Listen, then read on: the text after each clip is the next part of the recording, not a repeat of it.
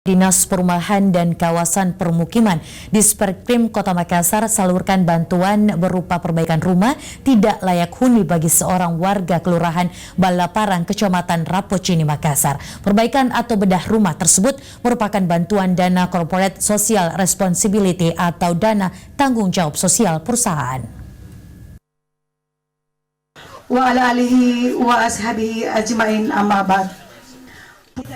Dinas Perumahan dan Kawasan Permukiman Disperkim Kota Makassar melakukan bedah rumah tidak layak huni. Bedah rumah ini menyasar rumah seorang warga di Kelurahan Balaparang, Kecamatan Rapocini, Kota Makassar.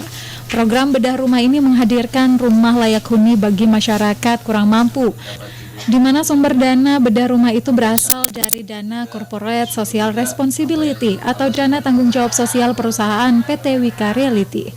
Kepala Dinas Perumahan dan Kawasan Permukiman Kota Makassar Fatur Rahim berharap agar program CSR ini terus berlanjut dan menyasar rumah warga yang kondisinya tidak layak huni.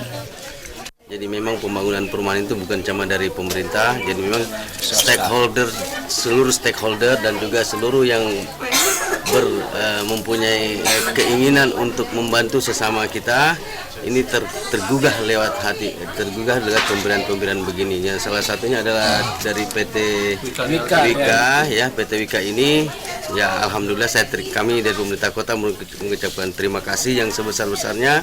Semoga apa yang dilakukan ini dapat berlanjut kepada perusahaan-perusahaan yang lain dan juga CSR yang lain untuk masyarakat. Memang kita dalam menuntaskan masalah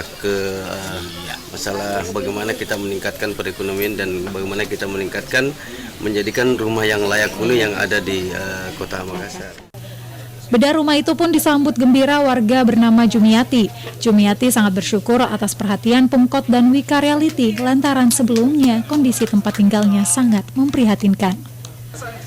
Kadis Perkim Makassar Fatur pun berterima kasih kepada Wika Reality yang turut serta bersama pemerintah kota dalam meningkatkan kualitas hidup masyarakat, khususnya untuk menciptakan kawasan permukiman yang layak. Dian Cahyadi, Celebes TV.